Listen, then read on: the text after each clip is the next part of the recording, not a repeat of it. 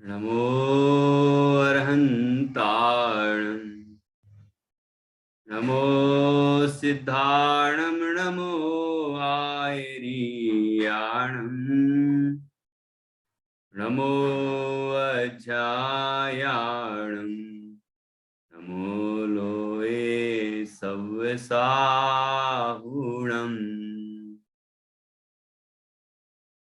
दीन भुवन में सार वीतराग विज्ञानता शिव स्वरूप शिवकार नमः त्रियोग समारिके सम्यक श्रद्धाधारी पुनि सेवहु सम्यक ज्ञान स्वपर अर्थ बहुधर्म जुत जो प्रगटावन मान।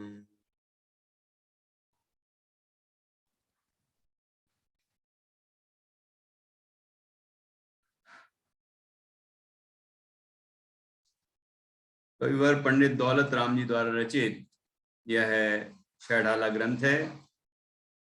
इसकी चौथी ढाल चल रही है और उसमें 6 छंदों पर हमारी चर्चा हो गई है। 7वां छंद भी हो गया था। हाँ, 7वां छंद भी हो गया है। आज हम 8वें छंद पर चर्चा करेंगे। यहाँ सम्यक ज्ञान का महात्म्य बताया जा रहा है और सम्यक ज्ञान का कारण स्व और पर का भेद विज्ञान है और वह भेद विज्ञान तत्वाभ्यास से ही होता है। इसलिए जिनेंद्र भगवान के द्वारा कहे गए तत्व का अभ्यास करना चाहिए और तत्वाभ्यास से स्व पर विवेक जगता है और स्व पर विवेक जगने से पर से भिन्न अपने आत्मा का अनुभव होता है और आत्मानुभव आत्मज्ञान प्रकट होने पर वह अचल रहता है और आनंद की प्राप्ति होती है, अतीन्द्रिय सुख मिलता है। ऐसा ज्ञान हम सबको प्रकट करना चाहिए। अब यहाँ कह रहे हैं कि ये जो सम्यक ज्ञान है, आत्मज्ञान है, आज तक जितने भी जीव मोक्ष गए हैं सम्यक ज्ञान के प्रभाव से ही गए और जो जाएंगे वो भी सम्यक ज्ञान से ही जाएंगे। ये ज्ञान की ऐसी महिमा है। ये बात अपन अब 8वें छंद में पढ़ेंगे। जे पूरब शिव गए जाहि अरु आगे जय हैं सो सब महिमा ज्ञान तनि मुनिनाथ कहे हैं। विषय चाह दब दाह जगत जन अरणि दझावे ज्ञान आपको तास उपाय बना तास उपाय न आन ज्ञान घन घान बुझावे।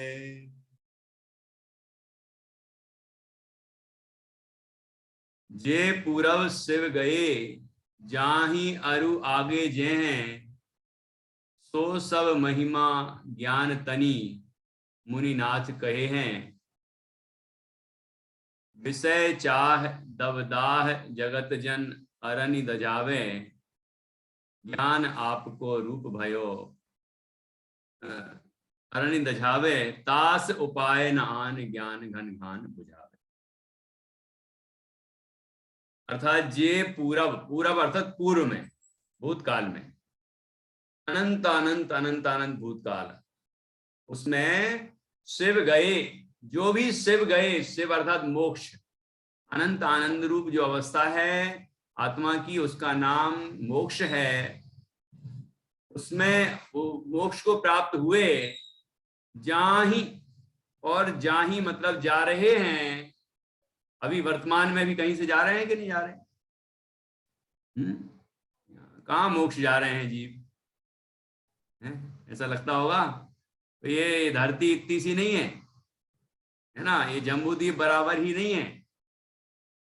तो जो 5 महाविदेश क्षेत्र हैं वहां पर 6 महीने और 8 समय में 608 जीव मोक्ष जाते हैं, और वो क्रम आज भी चल रहा है, ये क्रम बंद नहीं हुआ। और वहां विद्यमान वीर तीर्थंकर हमेशा विद्यमान रहते ही हैं। तो जे पूरब शिव गए, भूतकाल में जा चुके और जा ही मतलब जा रहे हैं, और अरु आगे जे हैं, और जो आगे भविष्य काल में जाएंगे, 5 भरत, 5 ऐरावत और 5 महाविदेश क्षेत्रों से जो भी आगे भी मोक्ष जाएंगे, सो सब महिमा ज्ञान तनी। ये वह सारी महिमा ज्ञान की है। किसने बताया ये ज्ञान की महिमा है, भेद विज्ञान की महिमा है, सम्यक ज्ञान की महिमा है? मुनिनाथ कहे हैं। मुनियों के जो नाथ हैं उनने कहा है। मुनि के नाथ कौन है? मुनिनाथ कौन कौन होते हैं? तीर्थंकर भगवान, जिनेंद्र भगवान। जिनेंद्र भगवान ने कहा है। आचार्य कुंद कुंद स्वामी भी बार बार कहते हैं जिन वरेंद्रों ने कहा, मतलब ये पद्यानवाद है वो। तो जिनेंद्र भगवान ने कहा है, जिनेंद्र भगवान ने कहा है। तो इस तरह यहाँ भी कह रहे हैं मुनिनाथ कहे हैं कि मुनियों के नाथ जिनेंद्र परमात्मा ने ऐसी बात कही है। और जिनेंद्र भगवान ने कही तो उनके अनुसार गणधरों ने भी कही, और उनके अनुसार अन्य मुनिराजों ने भी कही, ज्ञानियों ने कही। ये सब ज्ञान की महिमा है, ठीक है ना। तो ऐसा भेद विज्ञान, ऐसा सम्यक ज्ञान, ऐसा आत्मज्ञान हम सबको प्रकट करना चाहिए। अब कह रहे हैं कि और क्या महिमा है कि विषय चाह दब दाह जगत जन अरनि दझावे। विषय की चाह, विषयों की चाह मतलब पंचेंद्रिय के विषयों की इच्छा। दब दाह, तो उसको क्या किसके समान कहा? दब दाह, दब वन, वन की दाह मतलब आग के समान कहा, जंगल की आग जिसको दावाग्नि कहते हैं। तो दब दाह मतलब जंगल की आग के समान कहा है। विषय की चाह है जंगल की आग के समान है। जगत जन अरनि दझावे, विषयों की चाह तो जगत जन को जलाती है, और दबदाह है वो जंगल की आग जंगल को जलाती है ना। क्रम है ना इसका। विषय चाह दबदाह, जगत जन अरनि दझावे, कि विषय चाह जगत जन दझावे, दबदाह अरनि दझावे। मतलब क्या हुआ? जिस तरह जंगल की आग जंगल को जला देती है, उसी तरह विषयों की चाह, विषयेच्छा, विषयों की इच्छा, वह जगत जन मतलब संसार के सभी जीवों को जला देती है। कैसे जलाती है? धुआं निकलता होगा उसमें से, है क्यों अनन्या, अनाया? कैसे जलाती होगी? ये भी चाहिए, ये भी चाहिए, ये भी चाहिए। अब ये खाना है, अब खाने का मन नहीं है, अब तो ये पहनना है, अब इस चीज का नहीं, अब ये काम करना है, अब सोना है, अब कहीं जाना है। ये निरंतर इच्छाएं अंदर में होती रहती हैं, और ये इससे हम आकुलित व्याकुलित होते रहते हैं। तो ये इच्छाएं कब समाप्त होंगी? नहीं, ऐसा पूछना चाहिए, इच्छाएं कब पूर्ण होंगी? कि कभी पूर्ण होने वाली नहीं है, समाप्त हो सकती बस। और वो समाप्त कैसे होंगी? सम्यक ज्ञान से ही होंगी, दूसरा कोई उपाय नहीं है। क्योंकि यहां पर जैसे जंगल की आग कैसे बुझ सकती है, वैसे ये जीवों के अंदर की इच्छाओं की ज्वाला, इच्छाओं की आग भी कैसे बुझ सकती है, वो अगली पंक्ति में बताया। तास उपाय न आन, उसका उपाय अन्य कोई नहीं है। ज्ञान घन घान बुझावे।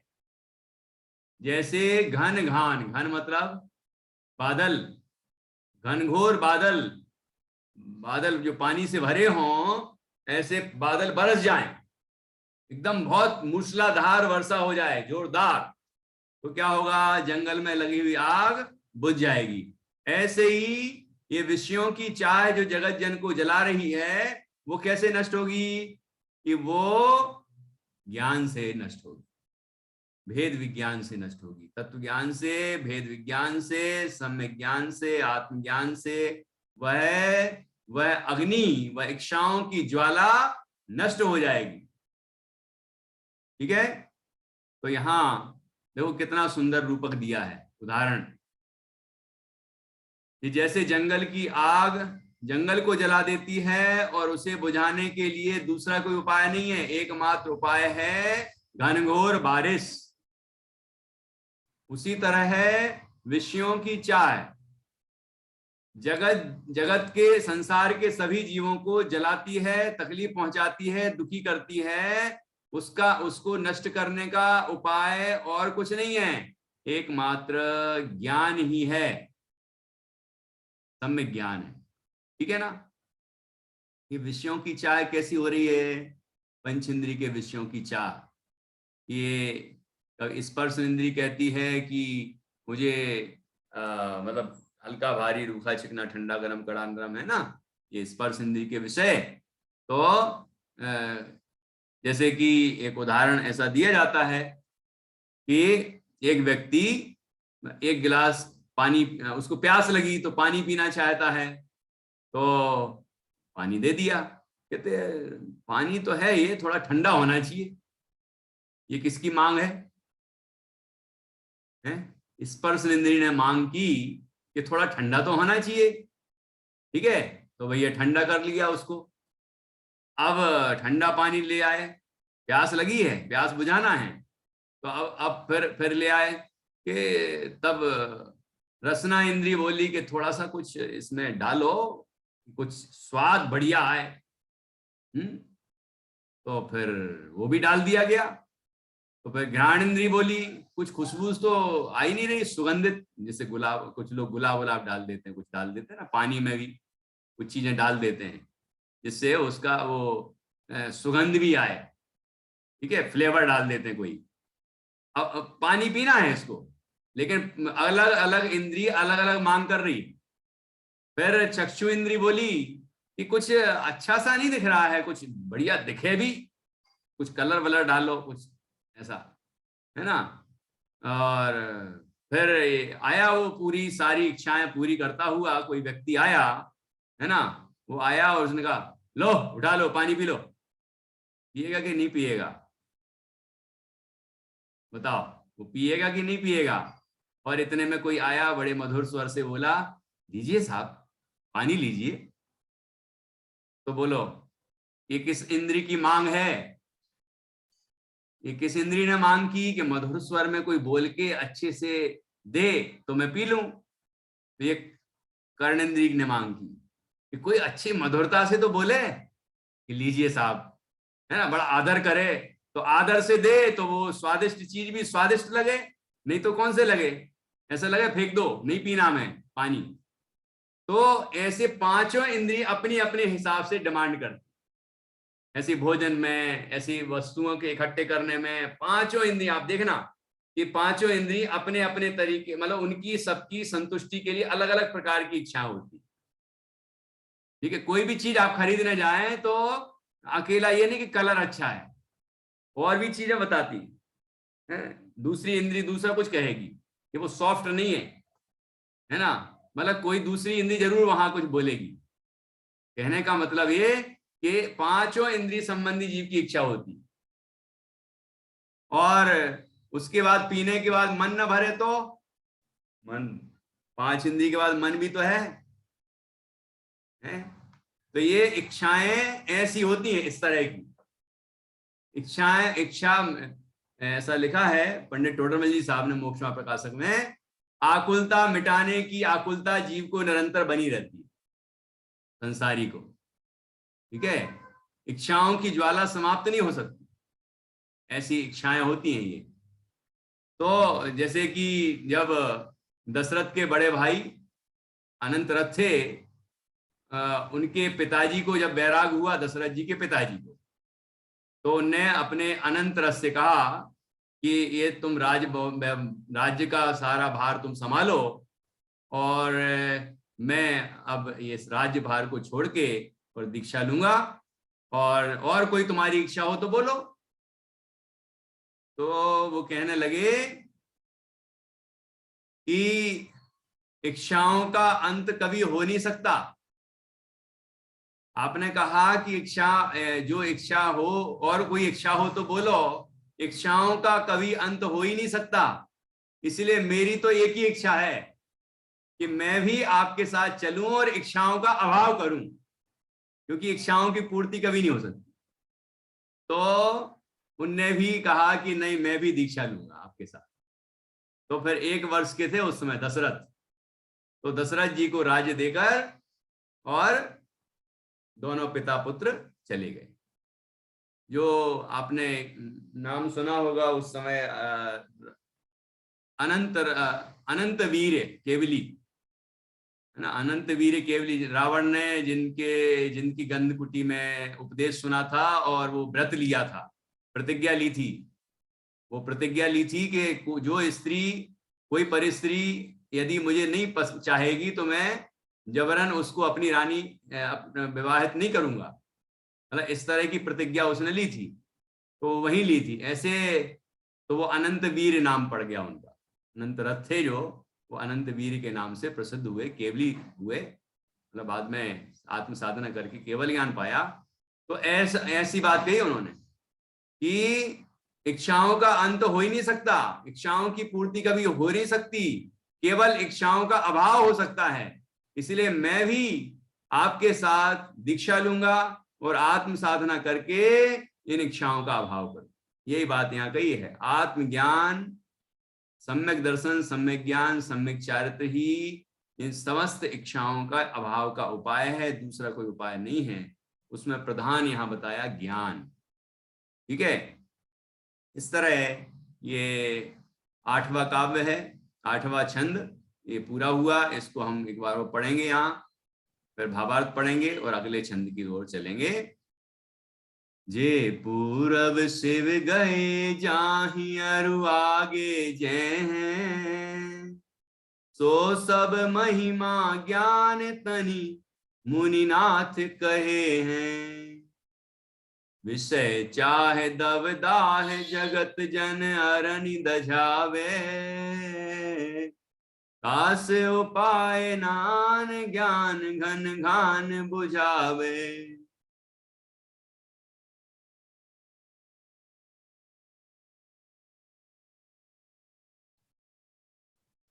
भावार्थ, भूत, वर्तमान और भविष्य तीनों काल में जो जीव मोक्ष सुख को प्राप्त हुए हैं, होंगे और वर्तमान में विदेह क्षेत्र में हो रहे हैं, वह इस सम्यक ज्ञान का ही प्रभाव है, ऐसा पूर्वाचार्यों ने कहा है।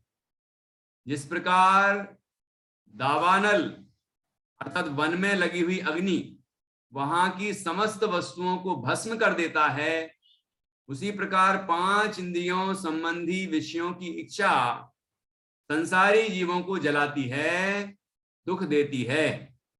और जिस प्रकार वर्षा की झड़ी उस दावानल को बुझा देती है, उसी प्रकार यह सम्यक ज्ञान उन विषयों को शांत कर देता है, नष्ट कर देता है। तो ये बात हम सबको विचार करनी है, अच्छी तरह से समझना है इस बात को कि हम जितनी भी इच्छाओं की पूर्ति के लिए प्रयत्न कर रहे हैं, ये इच्छाएं कभी पूर्ण नहीं होंगी। एकमात्र इनका अभाव हो सकता है और उसका उपाय है सम्यक ज्ञान। सम्यक ज्ञान ही ऐसा उपाय है, तास उपाय न आन, मतलब इसके अलावा दूसरा कोई उपाय नहीं है। ठीक है, ज्ञान घन घान बुझावे, एक सम्यक ज्ञानी है जो हमें दुखों से मुक्त कर सकता है। तो हमें सम्यक ज्ञान प्राप्त करना चाहिए। और सम्यक ज्ञान प्राप्त करने के लिए क्या बताया था 6वें छंद में, कहते हैं जिनवर कथित तत्व अभ्यास करीजिए। तत्व का, जिनेन्द्र भगवान के कहे गए तत्व का अभ्यास करना चाहिए, है ना। और आगे क्या बताया था, स्वपर विवेक बखानो। इस तत्व अभ्यास से क्या होगा, स्व और पर का विवेक जगेगा, और स्व और पर का विवेक जगने से क्या होगा कि पर से भिन्न अपने आत्मा का ज्ञान होगा, है ना। आत्मज्ञान होगा, फिर क्या होगा कि वो अचल रहेगा। आत्मज्ञान होगा, उसी का नाम सम्यक ज्ञान है। तो वह होगा तो क्या होगा कि दुख उत्पन्न ही नहीं होगा, इच्छाएं पैदा ही नहीं होंगी, दुख पैदा ही नहीं होगा, आनंद ही आनंद होगा, है ना। इसके अलावा दूसरा कोई आनंद का उपाय नहीं है। ये बात यहाँ कुछ अनेक छंदों के माध्यम से कही। छठवें छंद से लेकर समझ लीजिए, ये अभी जो 8वां छंद हुआ, 6वां, 7वां, 8वां, इनमें ये बात कही। ऐसे बड़े सुंदर सुंदर ये छंद हैं। इसके अलावा दूसरी चीज से सुख मिलने वाला नहीं है ना। चौथे छंद में भी कहा था, ज्ञान समान न आन जगत में सुख को कारण, यह परमामृत जन्म जरा मृत्यु रोग निवारण। तो इस तरह से ये सभी छंदों का सार अपन समझ लें तो सुखी होने का एकमात्र उपाय सम्यक ज्ञान को प्राप्त करना है। और सम्यक ज्ञान को प्राप्त करने का उपाय तत्वाभ्यास है। और तत्वाभ्यास अर्थात जिनेंद्र भगवान के द्वारा कहे गए तत्व का अभ्यास, ठीक है। और उसका फल होगा भेद विज्ञान, स्वपर विवेक। और स्वपर विवेक जागने पर से भिन्न अपने आत्मा का ज्ञान होगा, और उसी का नाम सम्यक ज्ञान है, ठीक है। और उससे इच्छाएं पैदा नहीं होंगी, राग आदि विकारी भाव उत्पन्न नहीं होंगे, और जीव सुखी हो जाएगा, सुख की प्राप्ति हो जाएगी। ऐसी सुंदर चर्चा इसके अंदर अभी की गई है। अब हम आगे बढ़ते हैं। ये निष्कर्ष यहाँ पर दिया है, पुण्य पाप में हर्ष विषाद का निषेध और तात्पर्य की बात। निष्कर्ष की बात है ये, पुण्य पाप फल माही हरख बिलखो मत भाई, यह पुद्गल पर जाए उपज बिन से फिर थाई, लाख बात की बात यही निश्चय और लाओ, तोरी सकल जगदंद फंद नित आत्म ध्याओ। क्या करना है हम सबको कि पुण्य पाप फल माही हरख बिलखो मत भाई। ये इसमें ऐसा लगाना है इसको अर्थ, पुण्य फल माही हरख मत भाई, पाप फल माही बिलखो मत भाई। चल में पुण्य के फल में हर्षित मत हो, खुश मत हो। पुण्य का उदय आया, अनुकूलताएं मिल गई, हम खुश हो गए, ठीक है, वाह वाह वाह, संसार में ही सुख है, ऐसा लगने लगा। और जब पाप का उदय आया तो प्रतिकूलताएं हुई और रोने लग गए, भैया अरे संसार में तो सब ऐसे ही है, संसार तो स्वार्थ का है, संसार तो दुख का ही है, दुख ही दुख है संसार में, ऐसा लगने लगा। ये क्या हुआ कि संसार में अनुकूलताएं हुई तो राग हो गया, और प्रतिकूलताएं हुई तो द्वेष हो गया। वैराग तो यहां हुआ ही नहीं, राग छूटा तो द्वेष हुआ, द्वेष छूटा तो राग हुआ। राग और द्वेष दोनों ही वैराग स्वभाव से भिन्न है, विपरीत जाति के हैं, तो वैराग होना चाहिए। मरघट में गए तो क्या सोचने लगे, अरे भैया ऐसे मर जाएंगे सब, मरघटिया वैराग कहते हैं ना, ऐसे हमें भी जाना पड़ेगा, हमारे शरीर की भी यही हालत होगी, है ना। अब विचार करने लगा। उसके बाद घर गया, सब खाना पीना बढ़िया मिल रहा है, सब बढ़िया घर में हो रहा, भैया संसार में तो आनंद ही आनंद। ठीक है, मर गए होंगे जो मरने वाले होंगे, अपन थोड़ी मरने वाले मतलब ऐसा लगता है अपन थोड़ी मरेंगे। कोई कह सकता है कि कल अभी थोड़ी देर बाद खत्म होने वाली, कोई नहीं मानता। ये प्लानिंग देखो 20 साल बाद तक की प्लानिंग है सबकी, 20 साल तो कम बोला है, कोई की 50 साल वाली प्लानिंग भी है ना। अच्छी खासी प्लानिंग है, इतने साल में ये होगा, इतने साल में फिर ये होगा। कई वो इन्वेस्टमेंट करते हैं ना, तरह तरह के इन्वेस्टमेंट करते हैं, है ना।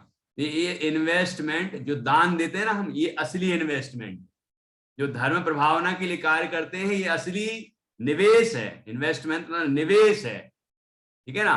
तो हम जो जैसे कि वो किसान का उदाहरण आता है कि बीज राख फल भोगवे ज्यों किसान जग माई, त्यों चक्री नृप सुख करे धर्म विसारे नाई। वो है इन्वेस्टमेंट। मतलब किसान क्या करता है कि जो फसल आती है उसमें से अच्छे अच्छे बीज उपजाऊ वो निकाल के अलग रख लेता है और बाकी का सेवन करता है। तो पहले बीज राख मतलब पहले सुरक्षा करता है अगली फसल के लिए, फिर बाकी भोगता है ना। ऐसी चक्रवर्ती क्या करता है, हर दिन नया पुण्य भी तो बांधता है, धर्म कार्य करता है कि नहीं करता है। सुबह उठता है, नित्य कर्म से निवृत्त होकर फिर भगवान की पूजन आराधना करता है, दान भी देता है। मुनिराज भी वहां होते हैं तो उनका भी पड़गाहन करता है, आहार देता है, चारों प्रकार के दान देता है, ठीक है ना। स्वाध्याय करता है, आराधना करता है, सामायिक करता है। मतलब जैसे भरत जी का जीवन अपन ने अच्छे गहराई से पढ़ा है, तो ऐसे धर्म कार्य भी करता रहता है। ऐसा नहीं कि पंचेंद्रिय के भोग ही भोग भोगता रहता हो, ऐसा नहीं करता कोई समझदार व्यक्ति, ठीक है ना। तो ऐसे ही अब हमारे जीवन में हम मतलब हमारे घर में धन है, संपदा है, सब है, लेकिन अब आदमी क्या सोचता है कि आगे 10 साल बाद के लिए क्या होगा, 20 साल बाद के लिए क्या होगा, 50 साल बाद के लिए, यहां सोचता है। तो फिर वो पॉलिसी आती है, इस पॉलिसी में लगाओ, इसमें लगाओ, उसमें लगाओ, तुम्हारा टैक्स बचेगा और तुम्हें फायदा भी मिलेगा, 20 साल बाद इतना मिलेगा, फिर 50 साल बाद इतना मिलेगा। ये मिलेगा मिलेगा के चक्कर में वर्तमान को नष्ट करता है, उस धन को धर्म में नहीं लगाता, ठीक है, और आगे कमाने के लिए और ज्यादा मेहनत करता है। तो उसका जो समय है वो स्वाध्याय में नहीं लगता, भगवान की पूजन में नहीं लगता, भक्ति में नहीं लगता। क्योंकि अब भैया आप जैसे मान लो 50 साल तक की हमारे पास व्यवस्था हो गई है, तो फिर ये सोचता है व्यक्ति कि चलो अब भैया पूजा पाठ कर लो, धर्म कार्य कर लो, स्वाध्याय कर लो, थोड़ी निश्चिंता आ जाती। लेकिन इसको निश्चिंता क्यों नहीं आ पाती कि ये सारा पैसा जो है वो यहाँ वहां इन्वेस्ट कर देता है। इन्वेस्ट कर देता है क्या सोच के कि भविष्य में ये मिलेगा वो मिलेगा, तो और कमाओ। वर्तमान की जरूरत पूरी करने के लिए क्या करना पड़ेगा कि और कमाओ। तो वर्तमान की जरूरत के लिए तो निरंतर कमा ही रहा है और भविष्य की व्यर्थ की चिंता कर करके भर रहा है, और वो मिलेगा कि नहीं मिलेगा उसको पता नहीं, और इसको मिलेगा कि नहीं मिलेगा ये तो पक्का ही नहीं है ना।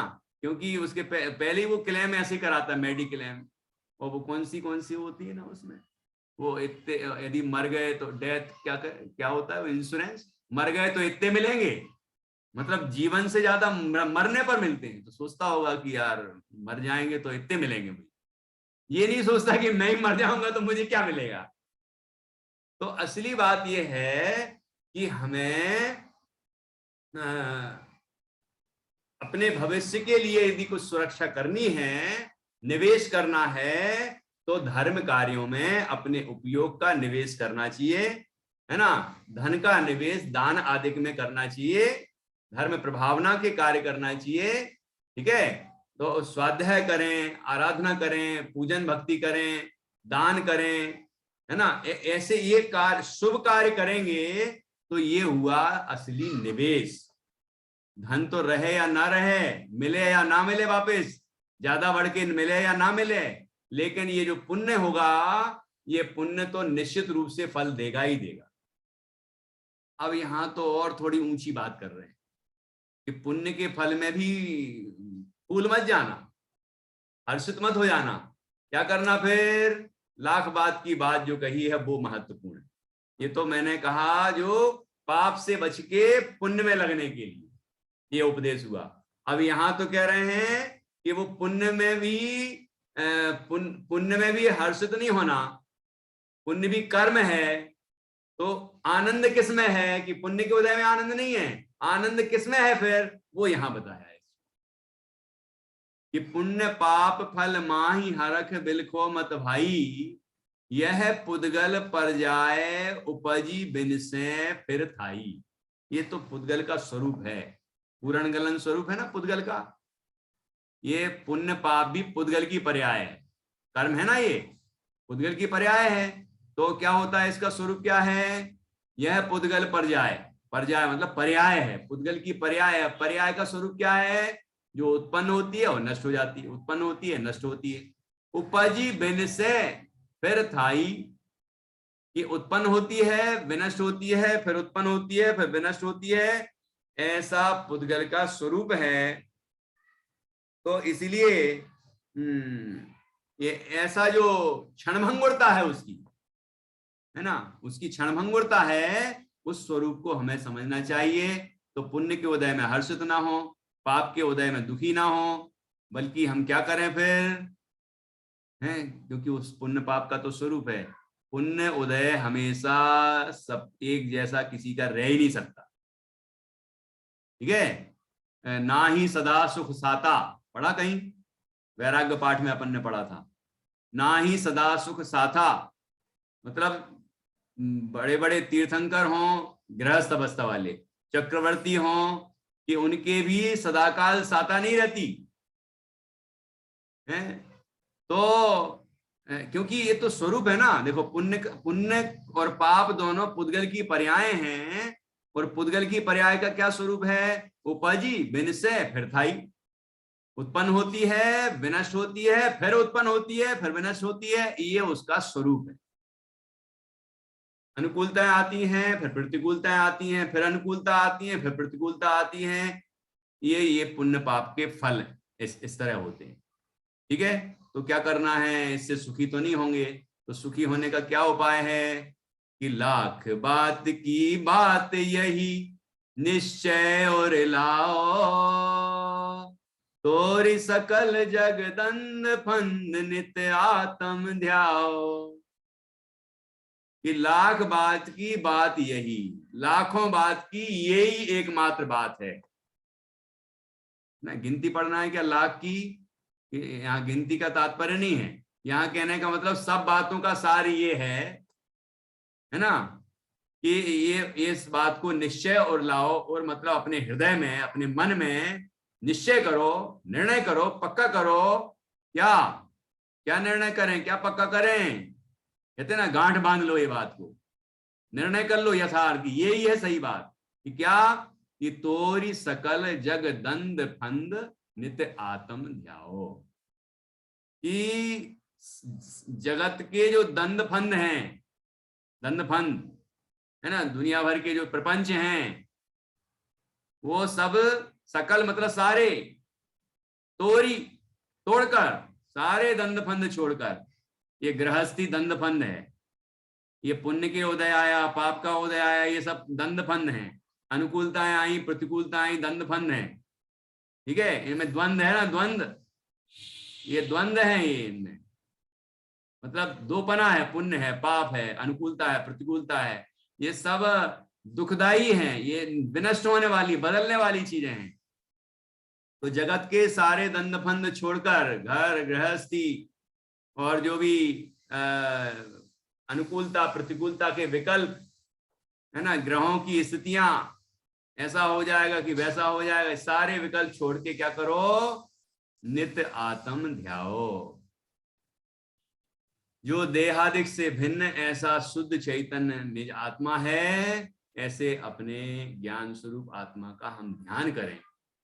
अपने आत्मा का ज्ञान, आत्मा का सावधान, आत्मा में ही लीनता, उसका ही ध्यान, ये करेंगे तो हम सुखी होंगे। दूसरा कोई सुखी होने का उपाय नहीं है। तोरी सकल जग दंड फंद नित्य आत्म ध्याओ, ठीक है। ये बात महत्वपूर्ण है। ऐसा नहीं सोचना है इस विषय में कि हम तो इकट्ठे सारे दंड फंद छोड़ के और बिल्कुल दीक्षा ही लेंगे, या तो सीधे गृहस्थी में ही रचे पचे रहेंगे या सीधी दीक्षा लेंगे, ऐसा नहीं सोचना चाहिए। बीज राख फल भोग बे, वो सोचना चाहिए।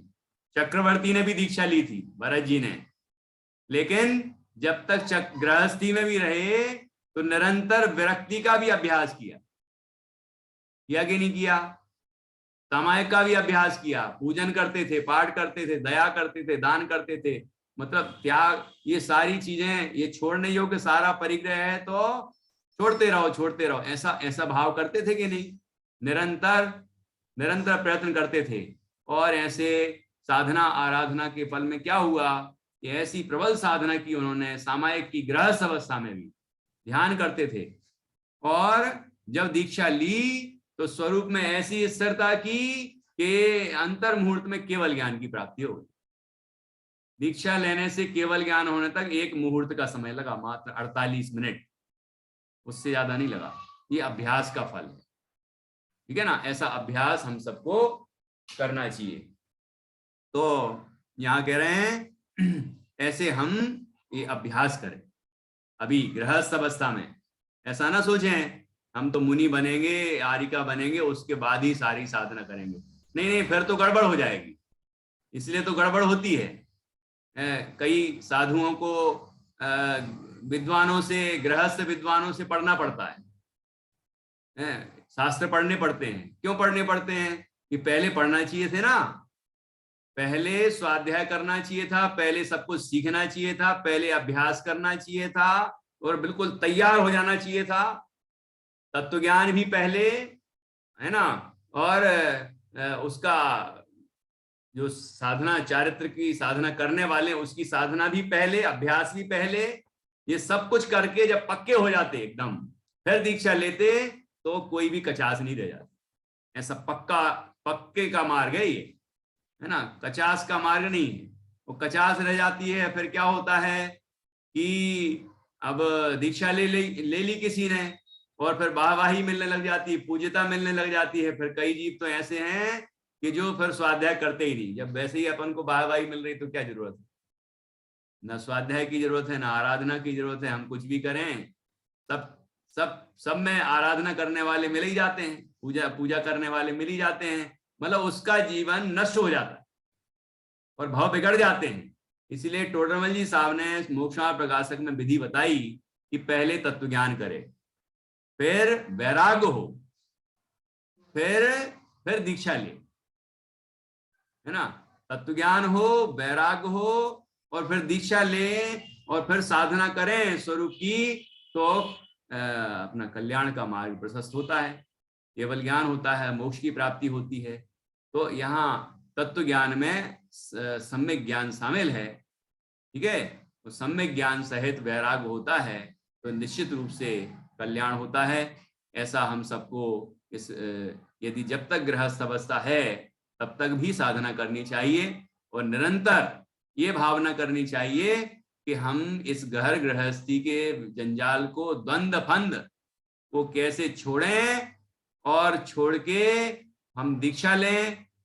महिलाएं हैं तो आर्जिका दीक्षा लें, और पुरुष हैं तो मुनि दीक्षा लें, और वह दीक्षा लेके हम साधना करेंगे और भगवान बनने का प्रयत्न करेंगे। ऐसा हम सबको सोचना चाहिए। और उसके लिए गृहस्थ अवस्था में, जब तक गृहस्थ अवस्था में हैं तब तक हम सबको अभ्यास करना चाहिए। ये बात यहाँ बताई गई है। तो इसमें देखिए छंद फिर से पढ़ लेते हैं और भावार्थ पढ़ेंगे इसके बाद। पुण्य पाप फल माही हरख विलिखो मत भाई, यह पुद्गल पर जाए उपज बिन से फिर थाई। लाख बात की बात यही निश्चय और लाओ, तोरी सकल जगदंद फंद नित्य आत्म ध्याओ। अब इसका भावार्थ पढ़ के आज की बात हम पूरी करेंगे।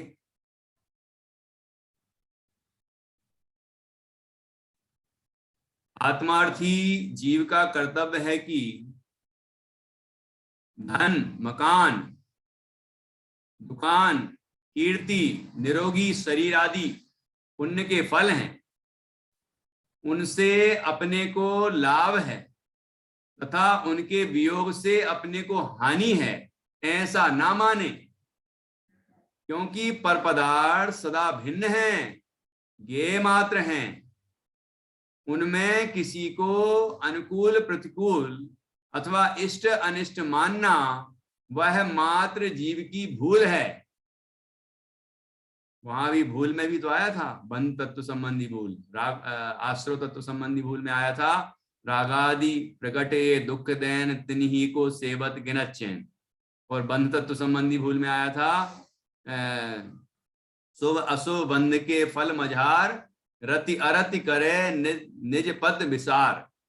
निज पद विसार, ये दोनों बातें वहां भी आई थी, है ना। तो यहाँ लिखा है कि उनमें किसी को अनुकूल प्रतिकूल अथवा इष्ट अनिष्ट मानना वह मात्र जीव की भूल है, इसलिए पुण्य पाप के फल में हर्ष शोक नहीं करना चाहिए।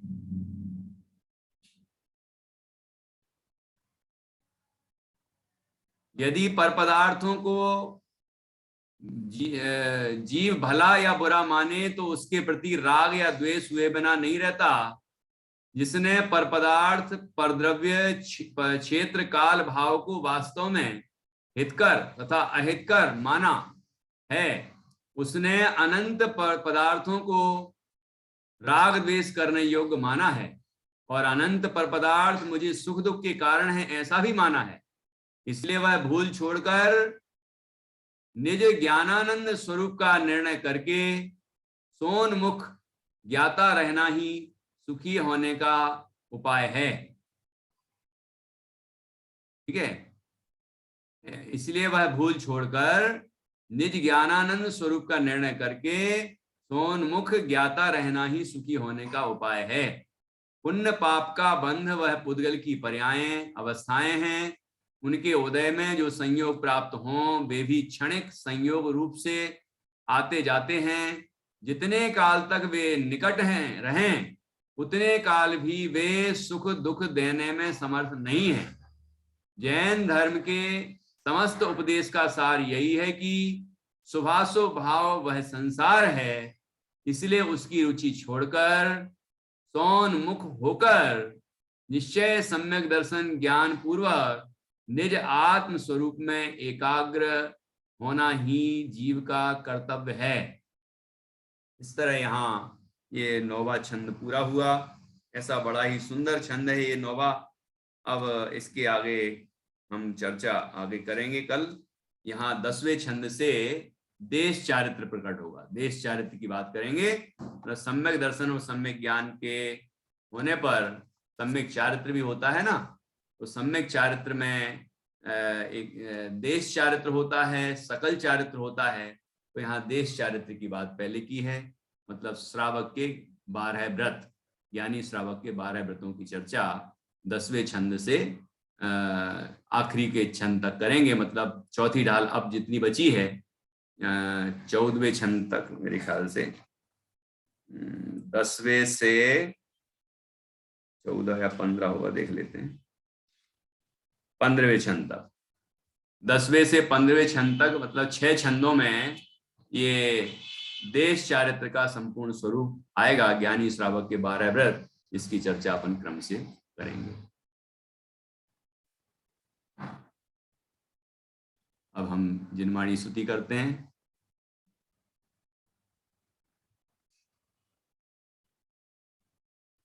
सुन कर वाणी जिनवर की, मेरे हर्ष ये न समाए जी। काल अनादि की तपन बुझाए, काल अनादि की तपन बुझाए। निज निधि मिली अठाए जी, हरि हर्ष ये न समाए। संशय ब्रह्म और विपर्य नाशा, संशय ब्रह्म और विपर्य नाशा। सम्यक बुद्धि उपजाए जी, हरि हर्ष ये न समाए। नर सफल भयो अवनीयो, नर भव सफल भयो अवनीयो। बुध जन भय तत् पाय जी, हरि हर्ष ये न समाए। हरि हर्ष ये न समाए जी। सुन कर वाणी जिनवर की, हरि हर्ष ये न समाए। द्वादशांग जनवाणी माता की जय। जय। महान जिन धर्म की जय। सभी 9 बार नमोकार मंत्र के माध्यम से पंच परमेष्टि का स्मरण।